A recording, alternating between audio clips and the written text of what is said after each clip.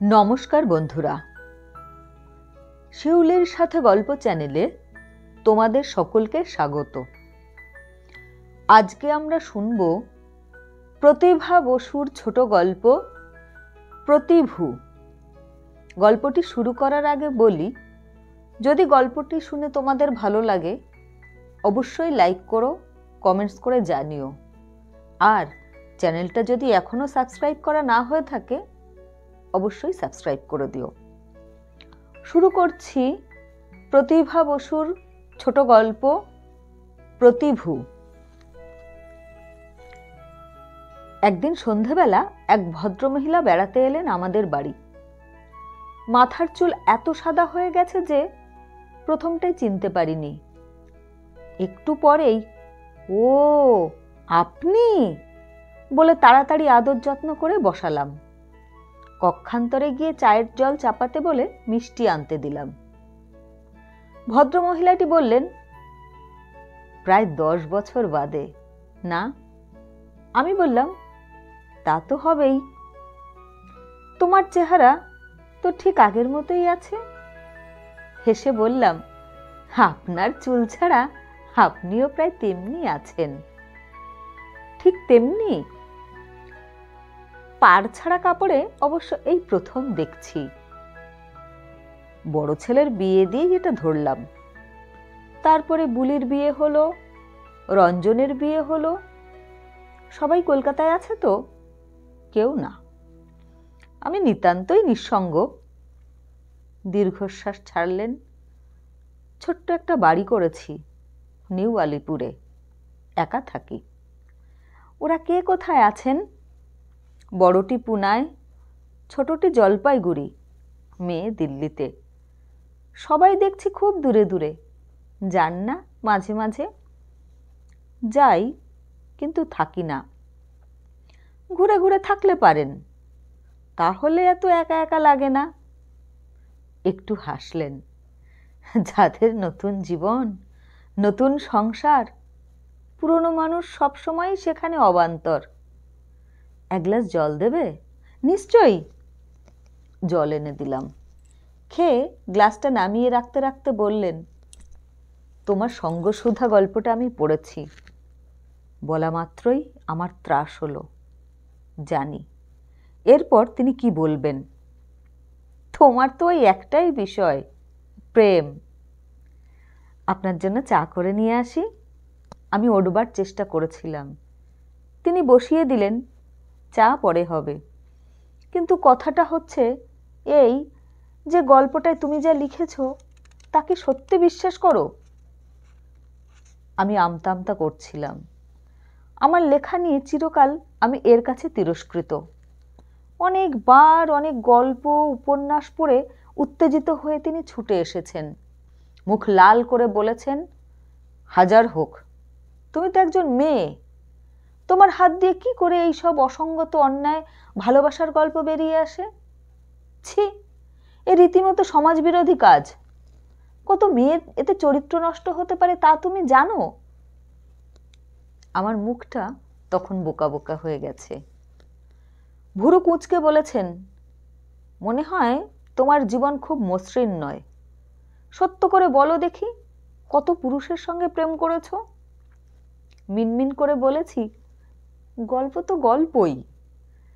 তার সঙ্গে কি নিজের জীবনের মিল থাকে কোনো?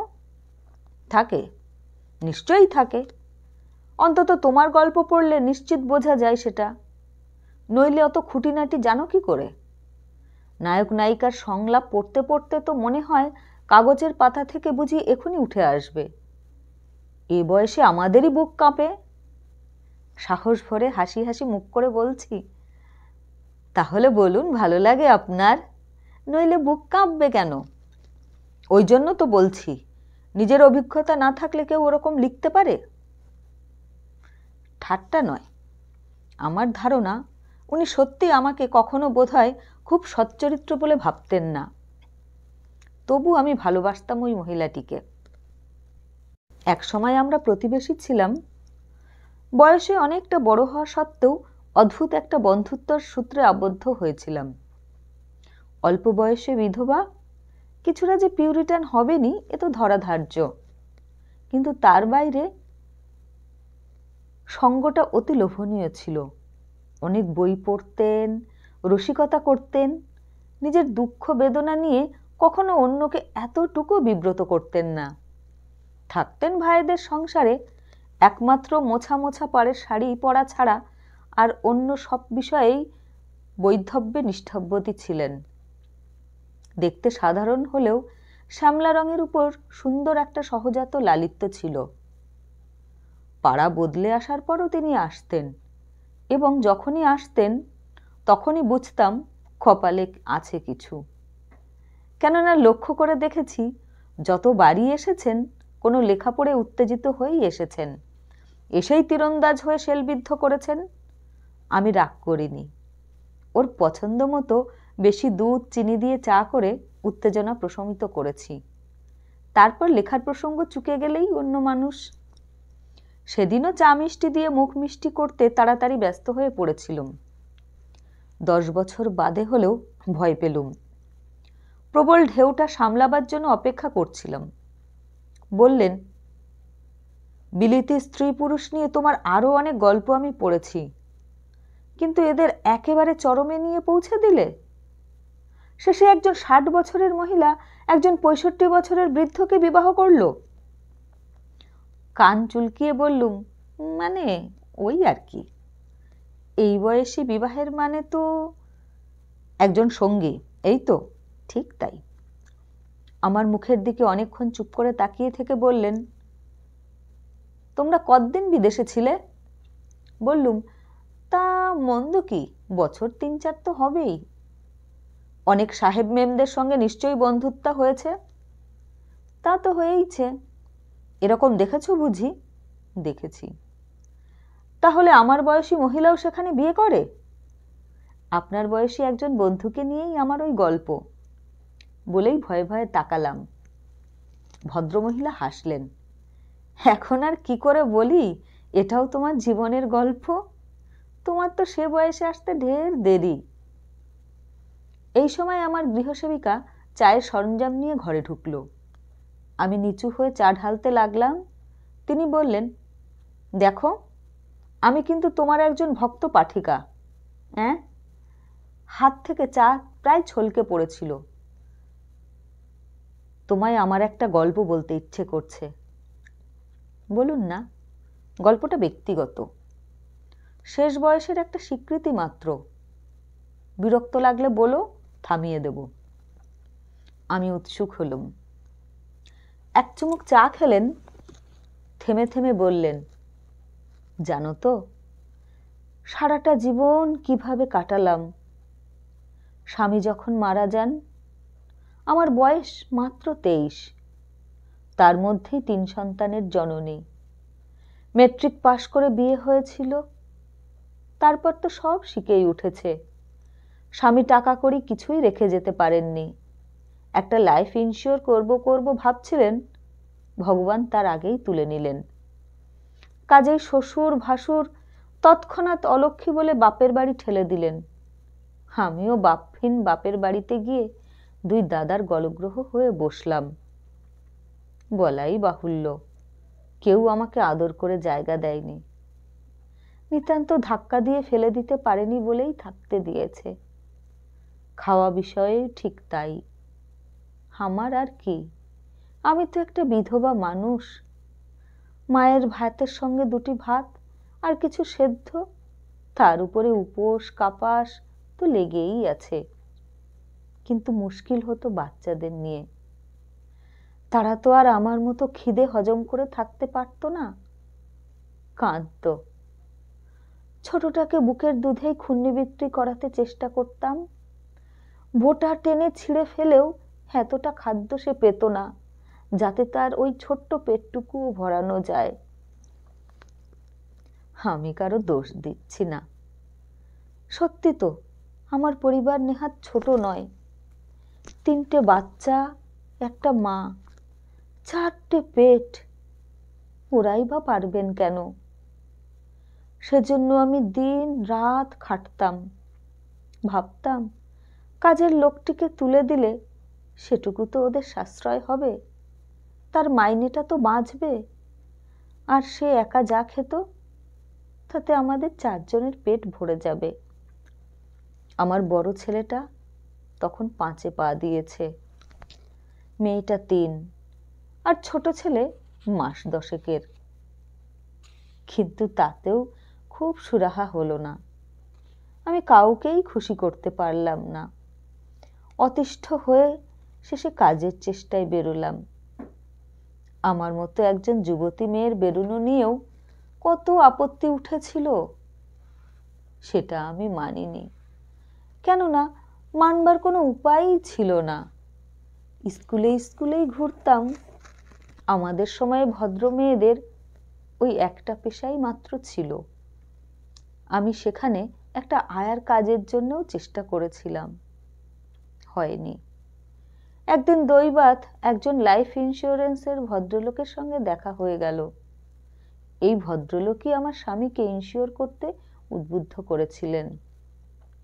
আমার দুঃখ দৈন্য দেখে সব শুনে উনি আমাকে ওদের কোম্পানিতে এজেন্ট হবার পরামর্শ দিলেন।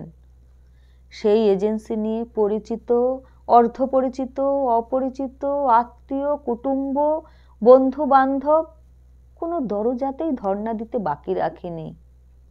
সে যে কি কষ্ট, কি অপমান, আমি কেমন করে বোঝাবো। শেষে আমাকে দেখলে লোক আঁতকে উঠেছে, আমার গলার দড়ি দিয়ে মরতে ইচ্ছে করত। কিন্তু ওই 3টে পেটের শত্রুই তো ছিল আমার আসল দড়ি। আমি আর পালাবো কোথায়? এই করেই 2-4 বছরে আয় হতে লাগলো কিছু। অন্তত আমাদের খোরাকিটা আমি ভালোভাবেই আমার বৌদিদের হাতে তুলে দিতে পারতাম। কিন্তু তাতেও তারা সন্তুষ্ট ছিলেন না। বলতেন, যা তো গেছে, পেটও ভরে না, এমন কাজটা করে লাভ কি? দুঃখের সঙ্গে এক বৃদ্ধা মা, কিন্তু তার আর কতটুকু ক্ষমতা? তিনিও তো পরাধীন। এই পাথারে ভাসতে ভাসতেই হঠাৎ একজন মানুষকে আমি একদিন ভালোবেসে ফেললাম। আপনি ভালোবেসেছিলেন? আমি প্রায় চমকে উঠলাম এই কথা শুনে। প্রায় 60 বছর বয়সের মহিলাটি তার চেয়ে অনেক কনিষ্ঠ আমার দিকে অপরাধী দৃষ্টিতে তাকিয়ে বললেন, খুব কি অন্যায়, খুব কি অসম্ভব। তুমি তো এই আমাদের মতো দুঃখিনীদের জীবনকেই আলোতে নিয়ে যাও। ভালোবাসার সততা নিয়েই তো তোমার কারবার। বলো, সে কি ভয়ানক একটা অবান্তর ঘটনা আমার পক্ষে। জগৎ সংসার থেকে আমি কতটুকু পেয়েছি। বিয়ে হয়েছিল 16 বছর বয়সে, তারপরে 7 বছরে এক দমকে 3 সন্তানের জন্ম দিতে গিয়ে কোন সুখের অমরাবতীতে আমি বাস করছিলাম। তাই তো মানুষটির সঙ্গে আমার খুব অদ্ভুতভাবে চেনা হয়েছিল। বোঝই তো, যে কাজ আমি নিয়েছি তাতে কেমন তাকে তাকে থাকতে হয়। সারা দিন কেবল কাকে ধরি আর কাকে ধরি এই চিন্তা। আসন না পেয়ে একদিন ট্রামে এই ছেলেটি লেডিস সিটে আমার পাশে বসেছিল। চেহারাটি বেশ শিক্ষিত, চোখে মুখে বুদ্ধির ছাপ। একটু তাকিয়ে কেমন মনে হলো এর সঙ্গে একটা ছুতো ধরে পরিচয় করলে হয়। বয়স অল্প আছে, ধরা পড়া করলে একটা ইনশিওর করলেও করতে পারে। কিন্তু কিভাবে আলাপটা শুরু করা যায় ভেবে পাই না। হঠাৎ গুরুগম্ভীর আওয়াজে সে নিজেই বলল, আমার জন্য আপনার বসতে অসুবিধা হচ্ছে না তো? আমি বিগলিত হয়ে বললাম, কি আশ্চর্য, অসুবিধে হবে কেন? সে বলল, অন্যমনস্কভাবে আপনার অনুমতি না নিয়েই বসে পড়েছিলাম। বলতে যাচ্ছিলাম, তাতে কি হয়েছে? তার আগেই সে আমার দিকে তাকালো। আমিও তাকালাম। সঙ্গে সঙ্গে বুকটা কেঁপে উঠল, আর মনে হলো আমার একটা সর্বনাশ হয়ে গেল। সর্বনাশ কেন? সর্বনাশ নয়, আমি বিধবা না, আমার 3টে বাচ্চা আছে না। পাপ পুণ্য বলে একটা কথা আছে না? পাপ পুণ্য নিশ্চয়ই। আর তো কোনোদিন এরকম হয়নি। কত তো ঘুরে ঘুরে কাজ করি। তাড়াতাড়ি রাস্তা দেখতে লাগলাম। বুকটা তখনও ধকধক করছিল। সেই আমার জীবনে প্রথম প্রেম অথবা প্রথম পাপ। আমি হেসে বললাম, পাপ তো নয়ই, প্রথম প্রেমও নয়। তার আগে নিশ্চয়ই স্বামীর সঙ্গে প্রেম ছিল। তা ছিল। তিনিও হাসলেন। তবে সে ছিল জুটিয়ে দেওয়া প্রেম। অবশ্য তাও কম খাঁটি ছিল না। আমার স্বামীকে আমার খুব ভালো লেগেছিল, কিন্তু তার মধ্যে তো কোনো বাধা বিরোধ ছিল না। আমার ধর্মই ছিল তাকে ভালোবাসা। প্রকৃতপক্ষে এই ধরনের মিলন একটা বাধ্যতামূলক ঘটনা মাত্র। ওই বয়সে স্ত্রী পুরুষ মিলিত হলে শরীরে তো আগুন ধরবেই। অন্তত কয়েকদিন পর্যন্ত সে আগুনের তাপ ঊর্ধ্বমুখী থাকবেই। সেখানে মনের চেয়ে দেহের প্রশ্নই বেশি। আর তারপরে দুটো মানুষের স্বার্থ সংঘাত, সন্তান, একত্র বসবাস, সবটা মিলিয়ে এমন একটা আলাদা জগৎ তৈরি হয়ে যায় যে সেটা প্রায় অবিচ্ছেদ্য হয়ে ওঠে। বলো ঠিক কিনা? আমি মনে মনে অতীতের সেই সূচিবায়ুগ্রস্ত বিধবাটির সঙ্গে এই মহিলাটিকে মেলাবার চেষ্টা করতে করতে বলি, একদিক থেকে সে তো ঠিকই। তিনি চশমার কাঁচ মুছলেন, চা শেষ করলেন, বসবার ভঙ্গি বদলে নিয়ে বললেন, আসলে ভবিতব্য কেউ ঠেকাতে পারে না। মানুষের সাধ্য আর ভগবানের সাধ্য তো এক নয়। তিনি যা করেন তা হতেই হয়। সেদিন ওর সঙ্গে আমার যোগাযোগ হবারই দিন ছিল, নইলে আমি যেখানে নামলাম সেও কেন সেখানে নামলো? আমি বললাম, ওটা বোধহয় উনি ইচ্ছে করেই নামলেন। না, মোটেও না। মহিলা মাথা ঝাঁকালেন। সে আমার আগেই নেমেছিল, ফিরেও তাকায়নি। কিন্তু খুব আশ্চর্য যে সে যে গলিতে ঢুকলো, আমারও সেই গলিতেই কাজ ছিল। একটু দূরে গিয়ে একটা একতলা বাড়ির সামনে দাঁড়িয়ে এই প্রথম সে আমাকে লক্ষ্য করলো। আমার রকম সকম দেখে জিজ্ঞেস করলো, কোনো বাড়ি খুঁজছেন নাকি? অপ্রস্তুতভাবে বললাম, হ্যাঁ, এখানকার নম্বর বড় গোলমেলে। কার বাড়ি বলুন তো? 14-1 মহিমারঞ্জন সেন। ও, মহিমবাবু? কিন্তু ওরা তো কেউ নেই এখানে। ওর মৃত্যুর পরে ওর পরিবার তার পিত্রালয়ে চলে গেছেন। মহিমবাবু মারা গেছেন? আমি একেবারে থ। দিন কয়েক আগে এই নাম ঠিকানা আমার এক আত্মীয় আমাকে দিয়েছিলেন। বলেছিলেন, মস্ত চাকরি করেন, নিজের দুঃখ দুর্দশার কথা বলে যদি তেমন ধরে পড়তে পারো, বেশ মোটা রকম ইনশিওর করবেন। দেখো, ছোট ছেলেটার অসুখ ছিল, আসতে পারিনি। এর মধ্যেই মরে গেল লোকটা। আমি একেবারে শোকের পাথারে ভেসে গেলাম। ছেলেটি বলল, আপনার আত্মীয় ছিলেন? বললাম, না, বন্ধু। তখন বললাম, দেখুন, ইন্স্যুরেন্সের এজেন্টই করি। উনি করবেন এরকম একটা খবর পেয়ে এসেছিলাম। এই মৃত্যু আমি কল্পনাও করতে পারিনি। হার্ট স্ট্রোকে মারা গেছেন। ছেলেটি বেশ ভারভারিক্কি। কোন কোম্পানিতে আছেন আপনি? জেনারেল। ও, জেনারেল। আমার এক আত্মীয় আছেন সেখানে, আমার কাছে এসেছিলেন একদিন। আপনি করবেন? আমি আশান্বিত চোখে তাকালাম মুখের দিকে। আবার সেই অন্তর্ভেদী দৃষ্টি। আমি চোখ সরিয়ে নিলাম। আবার বুকটা কাঁপল। ছেলেটি তার স্বভাবসুলভ গম্ভীর ভঙ্গিতে জোর দিয়ে বলল, করব। আমি ঢোক গিলে নিয়ে ফেললাম, তাহলে কি আমি একদিন আসব? আপনার ঠিকানাটা? এই তো আমার বাড়ি। আপনি ইচ্ছে করলে এখনো আসতে পারেন। দেখলাম তার বাড়ির সামনে দাঁড়িয়েই কথা বলছিলাম আমরা। চট করে একজন অপরিচিত পুরুষের সঙ্গে অপরিচিত ঘরে ঢুকতে প্রথমে আমার দ্বিধা হয়েছিল। অল্প বয়সের বিধবা, কত পুরুষের কত জঘন্য লোভের হাত থেকে রক্ষা পেতে পেতে এই বয়সে এসে পৌঁছেছি। কাজেই ভয়টা অমূলক ছিল না। সে কড়া নাড়ল না, তালা খুলল। সহজভাবে বলল, আসুন। আমি সম্মোহিতভাবে তাকে অনুসরণ করলাম। পরিষ্কার পরিচ্ছন্ন একটি ঘর।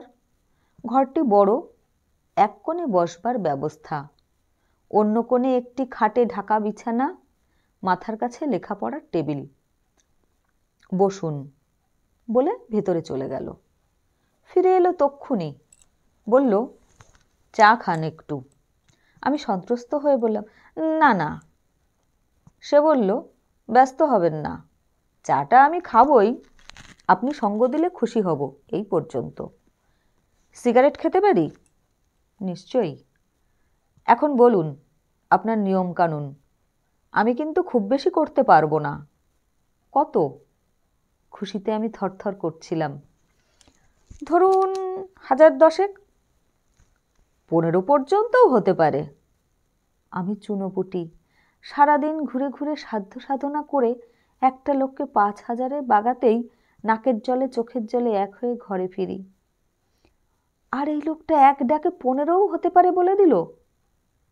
থতমত খেয়ে গিয়েছিলাম।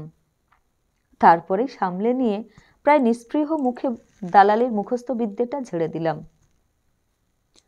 চুপ করে শুনে নিয়ে বলল, কবে আসবেন বলুন, আমি প্রস্তুত থাকব। আমি ভাবলাম শুভস্য শীঘ্রম। বিচলিত গলায় বললাম, কাল আসব? কখন?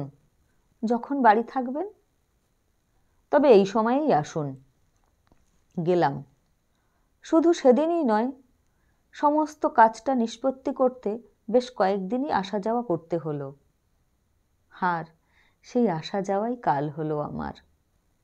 কখন যেন বুঝে ফেললাম আর উপায় নেই দেখা না করে। আমি বিধবা, বয়স্ক, 3 ছেলে মেয়ের মা, সবই বলেছিলাম তাকে। তাতে তার কিছুই 19-20 হয়নি। আর সত্যি বলতে আমি তো দেখতেও ভালো না, এ কথাও বলেছিলাম। শুনে তাকিয়ে থেকে নিঃশব্দে অনেকক্ষণ হাসল। তারপর আস্তে আস্তে বলল, তাই নাকি? আমি বললাম, ঠাট্টার কথা নয়। সে বলল, আমি কি ঠাট্টা করেছি?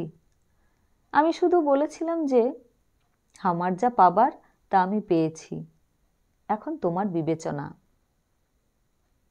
বিবেচনা মানে কি জানো? বিবাহ। আসলে সেই সময় বড় অশান্তিতে ছিলাম। বাড়িতে সব সময় ঝগড়াঝাটি চলছিল, ভাইয়ে ভাইয়ে বোন ছিল না, বউয়ে বউয়ে নিত্য কলহ। আর আমি তো একটা জগদ্দল পাথর সকলের কাছে। যদিও সেই সময় আমার উপার্জন বেশ ভালোর দিকে যাচ্ছিল, আমি ভালো টাকাই দিচ্ছিলাম, তবু আমার ছেলে মেয়েকে ওরা দেখতে পারতো না, আপদ বালাই ছাড়া ভাবতো না।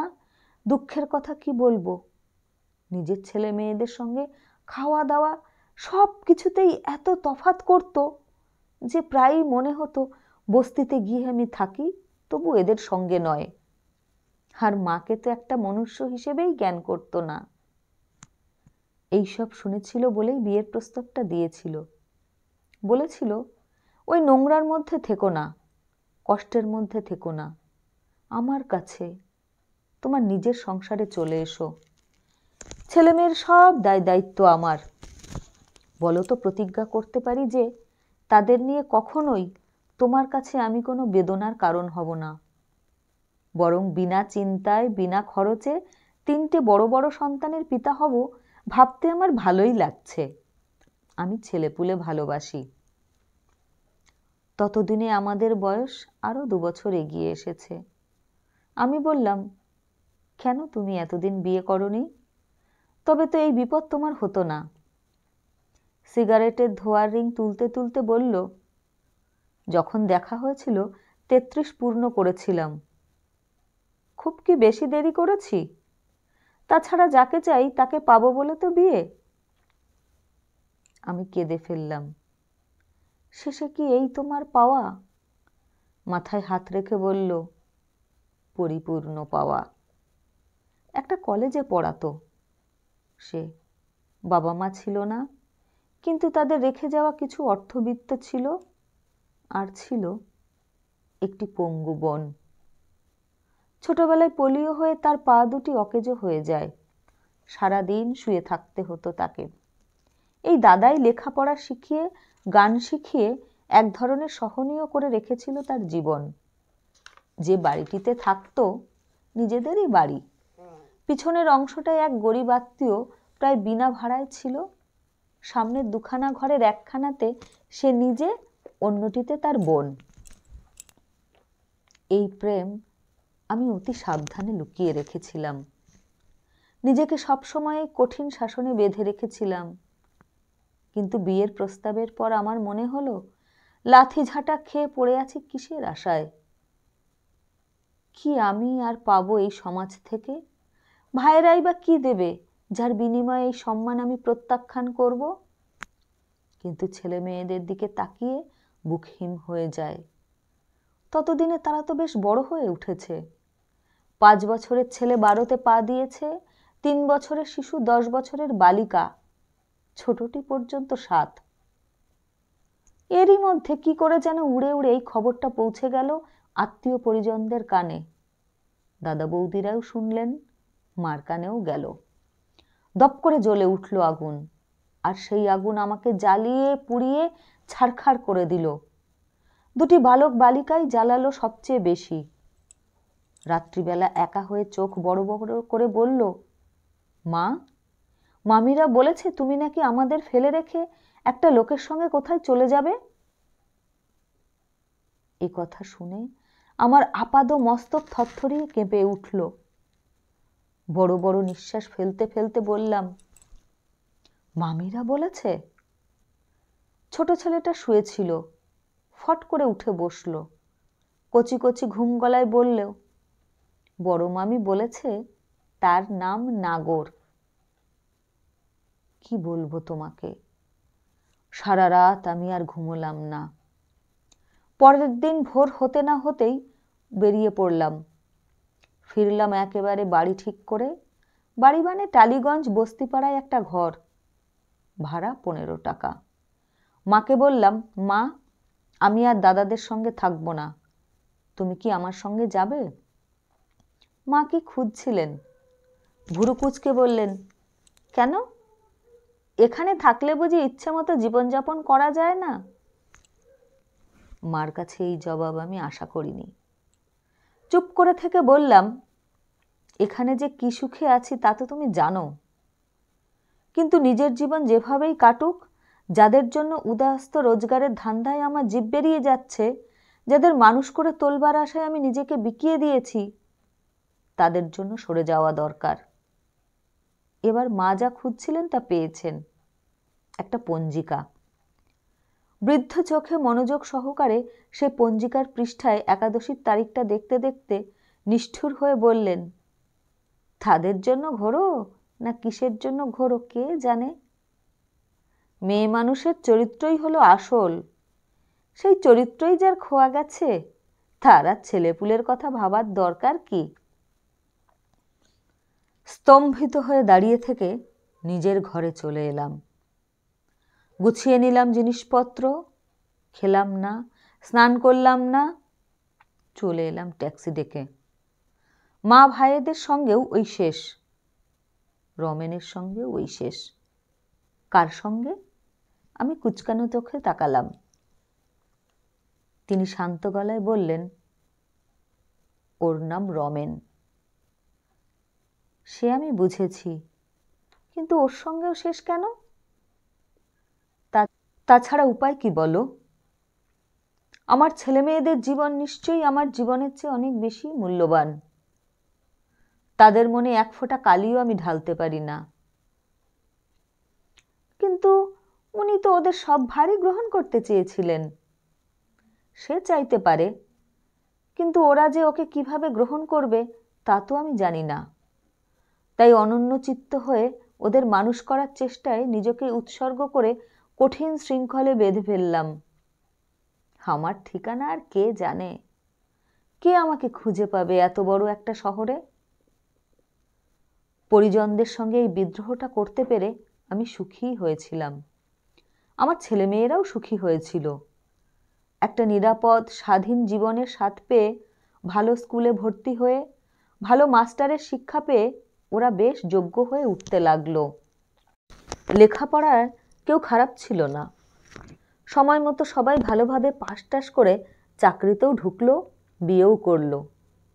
আর কাজ ফুরিয়ে আমিও একা হয়ে গেলাম। এখন শুধু ঘাটের আশায় বসে থাকা। কথা শেষ করে আমার দিকে তাকালেন ভদ্রমহিলা। আমি বললাম, মা ভাইদের সঙ্গে বিচ্ছিন্ন হয়েছিলেন, সে তো উচিত কাজই করেছিলেন। ছেলে মেয়েদের সুশিক্ষা ছাড়া আপনার নিজেরও একটা আত্মসম্মানের দায় ছিল। কিন্তু ওই ভদ্রলোককে কেন আপনি কষ্ট দিলেন? মহিলা ঠোঁটে জিভ বুলোলেন, কেশে নিয়ে বললেন, তাকে কতটা কষ্ট দিয়েছিলাম সে তো জানি না। নিজের হৃৎপিণ্ড উপড়ে ফেলতে আমার যে খুব লেগেছিল তাতে কোনো সন্দেহ নেই। ওই তো একজন মাত্রই ছিল যার কাছে আমি চোর জোচ্চোরের মতো ছাপমারা বিধবা নামের একটা দাগি আসামি ছিলাম না। দীর্ঘশ্বাস ফেললেন। সে সব কিছু উড়িয়ে দিয়ে বলতো, যারা তোমাকে তোমার চরিত্র নিয়ে নির্যাতন করে তাদের তুমি বুঝিয়ে দিও চরিত্রের অর্থ কেবলমাত্র ওই একটি কিছুতেই সীমাবদ্ধ নয়, এবং ভালোবাসা জিনিসটা কোনো অর্থই পাপাচারণ হতে পারে না। তুমি তো কাউকে ঠকাচ্ছ না, বঞ্চিত করছো না। এর মধ্যে হিংসা, স্বার্থপরতা, কুশ্রিতা, মিথ্যা কিছুই নেই। শুধু নিজের দুঃখময় জীবনের একটা ছেদ টানার ইচ্ছা, অপমান অসম্মানের হাত থেকে নিস্তার পাওয়া। তোমার স্বামী মারা গেছেন, সেটা তো তোমার অপরাধ নয়। তোমাকে থান পরিয়ে মাথা মুড়িয়ে খেতে না দিয়ে কি লাভ হবে? উনি কি বেঁচে উঠবেন তাতে? নাকি তুমি তাকে খুন করেছো যেই শাস্তি বিধান?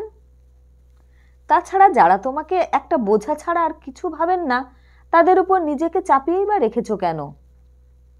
আলাদা হয়ে যাও না। বাচ্চাদের শিক্ষার দায়িত্বও তো একটা আছে তোমার। তারা কি শিক্ষা পাচ্ছে সেখানে? কি অন্ধকারে বড় হচ্ছে ভেবেছো কখনো? একটা যুক্তি বুদ্ধির দাস হও। নিজেকে মানুষ বলে ভাবতে শেখো।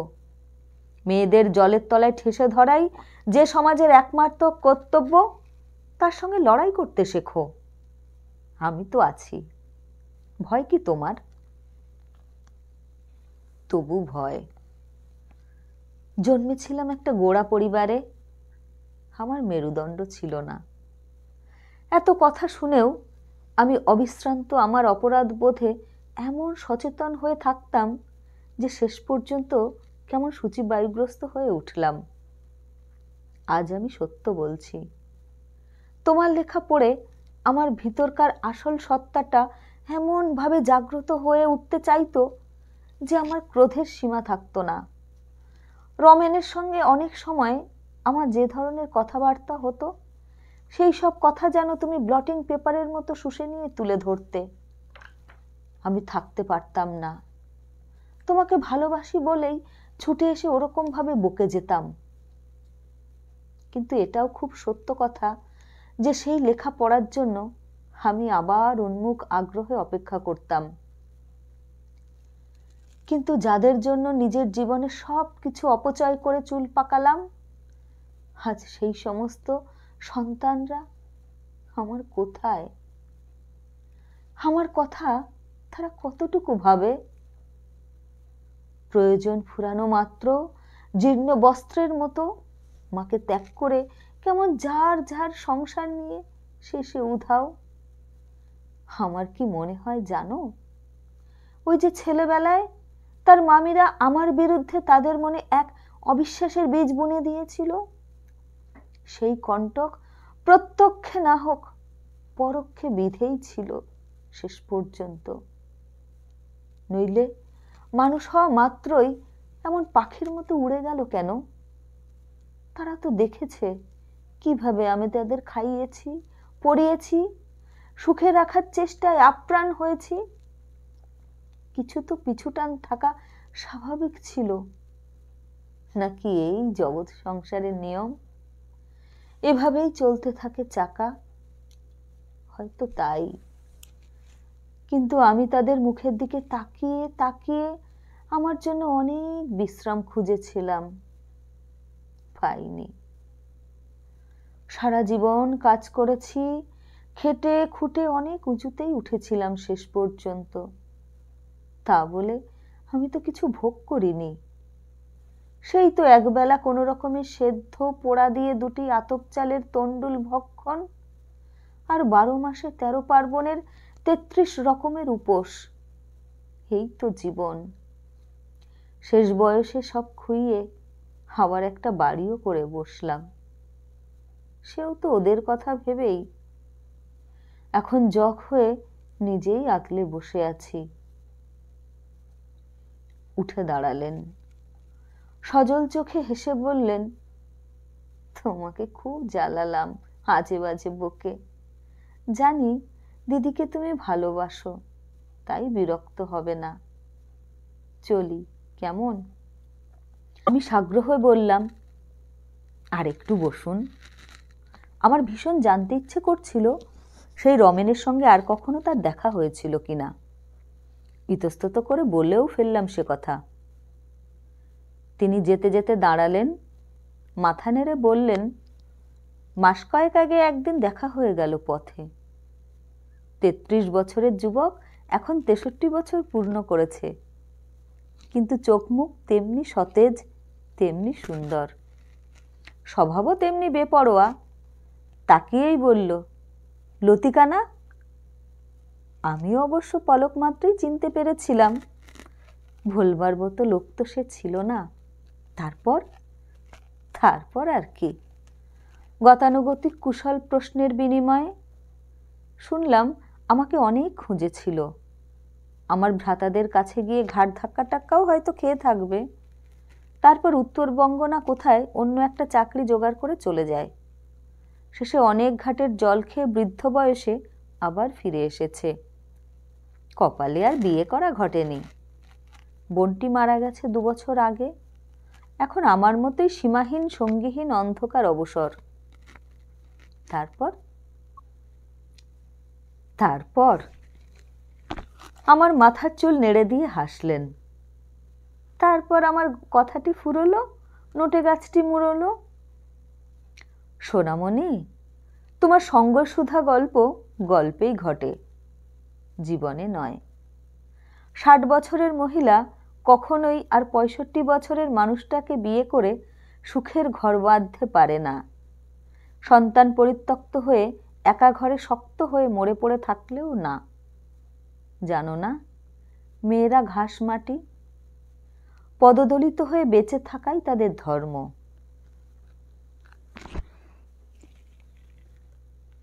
নমস্কার।